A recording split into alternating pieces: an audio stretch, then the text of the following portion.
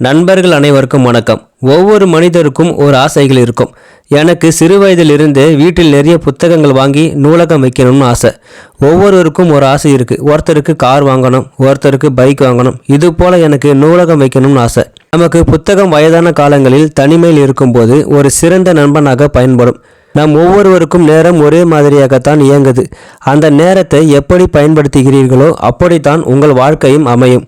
நேரங்கள் பல்வேறு விஷயங்களில் திருடப்படுகிறது.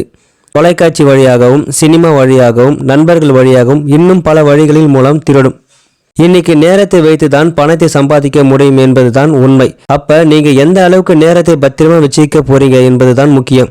உங்ககிட்ட பணம் எவ்வளவு இருக்கு, பேங்க்ல எவ்வளவு இருக்கு என்பது முக்கியம் இல்லை. உங்ககிட்ட எவ்வளவு நேரம் இருக்கு, அவ்வளவு பெரிய பணக்காரன் நீங்க. உங்களுக்கு எதற்கு நேரம் இருக்கு அப்படிங்கிறது பொறுத்து தான். எல்லோரும் உங்கள் நேரத்தை திருடி கொண்டிருக்கும் போது நீங்கள் உங்கள் நேரத்தை எந்த அளவுக்கு பத்திரப்படுத்தி பயன்படுத்த போகிறீங்க என்பது முக்கியம். முதல்ல முக்கியமான விஷயம் டைம் டேபிள் தான். ரொம்ப கஷ்டமான விஷயம் என்னன்னா, உங்களுக்கென்று ஒரு நேரத்தை ஒதுக்கி கொள்ளாமல் இருப்பது தான். ஏதாவது ஒன்று நம்ம பண்ணிக்கிட்டே இருக்கணும். 10 நிமிஷத்துக்கு ஒரு முறை வாட்ஸ்அப்பில் என்ன வந்திருக்கு நம்ம பார்த்துக்கிட்டே இருக்கணும் இல்லையா? அப்படியெல்லாம் நம்ம நேரத்தை வீணடிக்கக்கூடாது. ஒரு டைம் ஒர்க் பண்ணி பாருங்கள். காலையில் இத்தனை மணிலிருந்து இத்தனை மணிக்குள்ளே ஃபோன் காலெல்லாம் பேசி முடிச்சிருக்கணும். பெரிய பெரிய பணக்காரர்கள் எல்லாம் அப்படித்தான் இருப்பாங்க. எதையுமே செய்ய முடியல, ஒருத்தனுக்கு நேரம் இல்லைன்னா அவன் பிஸியான ஆள் இல்லை. எல்லாத்தையும் செய்ய எவனுக்கு நேரம் இருக்கோ அவன்தான் பிஸியான ஆள். அப்போ எல்லாத்தையும் செய்ய உங்களுக்கு நேரம் இருக்கணும். உங்கள் நேரம் உங்கள் கட்டுப்பாட்டுக்குள்ளே இருக்கணும். எதற்கு நேரம் எவ்வளோ முக்கியம்னா, உங்கள் நேரத்தை மற்றவங்க பயன்படுத்தும் போது அவனுக்கு எப்படி தேவையோ அதன்படி உங்களை பயன்படுத்திக் கொள்வான். படிப்பு என்பது நீங்க என்ன நினைக்கிறீங்களோ எது வேணும் என்றாலும் படிங்க. 4 பேர் தோற்கடிக்கணும் என்று நினைத்து படிக்காதீங்க. உங்க மகிழ்ச்சிக்காக படியுங்கள். 4 பேர் வாழ வைக்கணும் என்ற எண்ணத்தை நோக்கி படியுங்கள். நம்மளை அசிங்கப்படுத்திட்டாங்க, அவனை தோற்கடிக்கணும் என்பதுக்காக படிக்காதீங்க. அதற்கு அவனுக்கு தகுதியே கிடையாது. உங்கள் படிப்பின் மீது, உங்கள் வேலையின் மீது, உங்கள் எதிர்காலத்தின் மீது தீவிரமாக இருக்கும்போது உங்களை யார் அவமானப்படுத்துகிறார்கள் என்பதே உங்களுக்கு தெரியாது. அவமானப்படுத்த நினைப்பவன் நீங்கள் கண்டு கொள்ளாமல் இருப்பதனால் அவனாகவே கடுப்பாகி நொந்து போயிடுவான். உங்களை வெறுப்பேற்றுறவனை பற்றியும் கடுப்பேற்றுறவனை பற்றியும், நீங்கள் வாழ்க்கையில் முன்னேறக்கூடாது, ஒழிந்து போக வேண்டும் என்று நினைக்கிறவர்கள் பற்றியும் நீங்கள் கவலைப்பட வேண்டிய அவசியமில்லை. நீங்கள் ஜெயிக்க வேண்டும் என்று நினைப்பவர்கள் பற்றி கவலைப்படுங்கள். அன்பாக இருப்பவர்கள் பற்றி கவலைப்படுங்கள். அவன் நல்லா வரணும் என்று வாழ்த்துறவங்களை பற்றி கவலைப்படுங்க. உங்களை பிடிக்காதவர்கள் பற்றி கவலைப்பட்டு கொண்டிருந்தால் உங்கள் பிடித்தவர்கள் பற்றி கவலை உங்களுக்கு இல்லாமல் போய்விடும். அறிவால் சேர வேண்டிய கூட்டம் அன்பால் சேரணும். அதுதான் முக்கியம். இல்லைனா அறிவு இருந்தும் எந்த ஒரு பயனும் இல்லை. அறிவு வைத்துக்கொண்டு என்ன நல்ல விஷயங்கள் பண்ணணும் என்று யோசிக்க வேண்டும். உங்ககிட்ட அறிவு இருந்தும் உங்கள் கேரக்டர் எப்படி இருக்கு என்பது பொறுத்து தான் உங்கள் அறிவும் பயன்படும். வெற்றியாளர்களுக்கும் தோல்வியாளர்களுக்கும் நிறைய வித்தியாசங்கள் இருக்கு.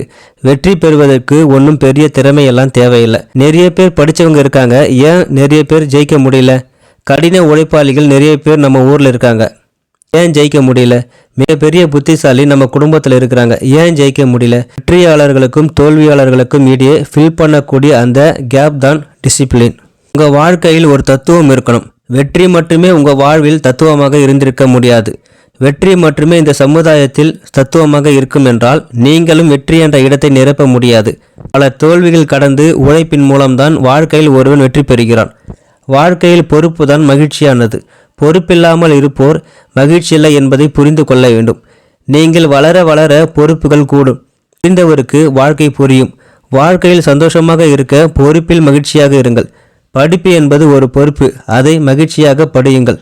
வேலை என்பது ஒரு பொறுப்பு, அதை மகிழ்ச்சியோடு செய்யுங்கள். பொறுப்பு வேற மகிழ்ச்சி வேற என்பது அல்ல, இரண்டுமே ஒன்றுதான். பொறுப்பு தான் உங்கள் வாழ்க்கையில் பெரிய உயரத்துக்கு கொண்டு செல்லும். சின்ன வயசில் அம்மாலாம் சொல்லுவாங்க, பொறுப்பு இல்லாமல் இருக்கிறியே, இப்படி இருந்த வாழ்க்கையில் எப்படி முன்னேற போகிறேன்னு. பொறுப்பு தான் வாழ்க்கையில் முன்னேற்றத்திற்கு உதவும். நீங்கள் வாழ்க்கையில் முன்னேற ஒரு நாளும் நீங்கள் உங்களை தாழ்வாக நினைக்காதீர்கள். உங்களை வெறுப்பவர்கள் பற்றி கவலைப்பட்டு கொண்டிருக்காதீர்கள். உங்களை சந்தோஷமாக வைத்திருப்பவர்களை பற்றி நீங்கள் கவலைப்படுங்கள். தயவு செய்து தவறான சிந்தனையில் இருப்பவரிடம் சற்று விலகியே இருங்கள்.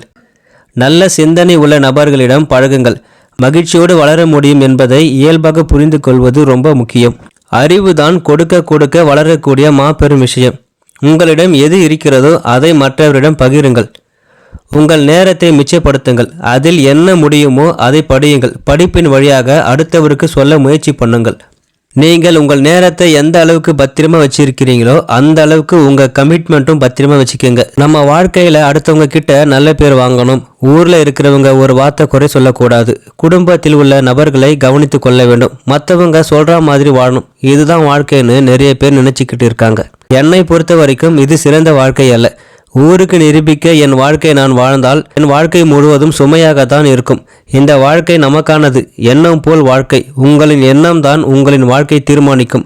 அடுத்தவர் பற்றிய சிந்தித்து கொண்டிருந்தால் உங்கள் வாழ்க்கை உங்களுக்கானதாக இருக்காது.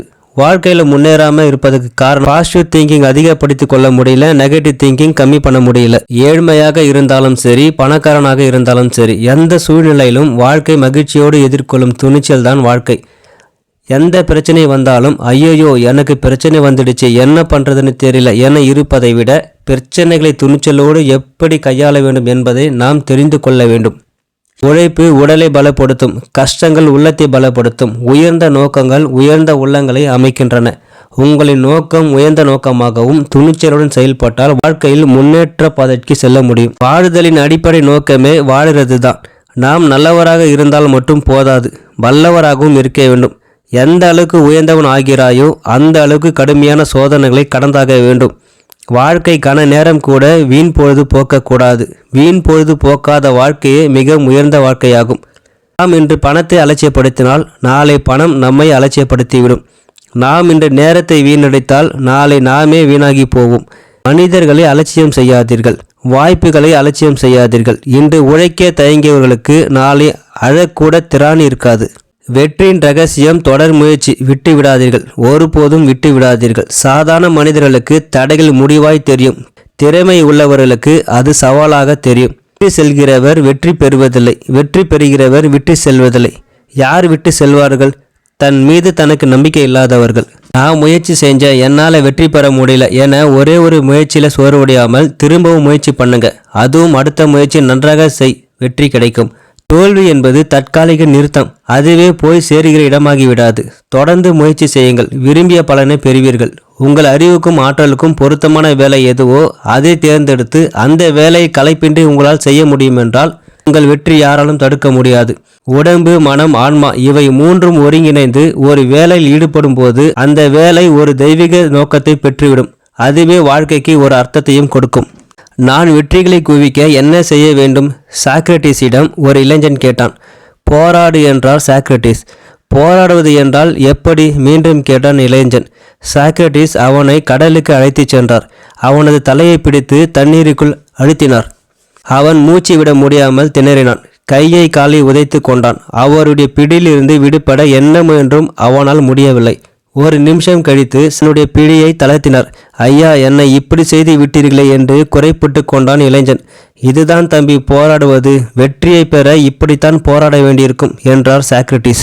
உங்கள் வாழ்க்கையில் கற்பனை வளர்த்துக்கொள்ள சில விஷயங்களில் கூறுகிறேன், கேளுங்கள். வாசித்தலின் மூலம் மனதை ஊக்குவியுங்கள். கற்பனை திறனை பயிற்சி செய்து பாருங்கள். அடைய வேண்டிய குறிக்கோள்களையும் எண்ணிய நோக்கங்களையும் தெளிவாக மனதில் வைத்திருங்கள். ஒரு முனைப்படுத்திய சக்திகளை வளர்த்து கொள்ளுங்கள். எப்பொழுதும் உங்கள் மனோபாவங்களையும் உணர்ச்சிகளையும் கட்டுப்பாட்டில் வையுங்கள்.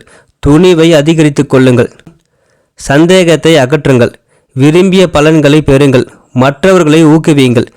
கற்பனை மேடைக்கு மட்டுமல்ல, வாழ்க்கைக்கும். கற்பனை நடிகர்களுக்கு மட்டுமல்ல, மனித குலத்தில் பிறந்த ஒவ்வொருவருக்கும் தேவை, அவசியம் தேவை. உங்கள் வாழ்க்கையில் இருந்து நீங்கள் அதிகம் பெற விரும்பினால் உங்கள் கற்பனைகளை அதிக அளவில் பயன்படுத்துங்கள். இந்த பதிவு உங்களுக்கு பிடிச்சிருந்தா உங்கள் நண்பர்களுக்கும் ஷேர் பண்ணுங்கள். என்னோட சேனல் லைக் பண்ணுங்கள், சப்ஸ்கிரைப் பண்ணுங்கள். நன்றி, வணக்கம் நண்பர்களே.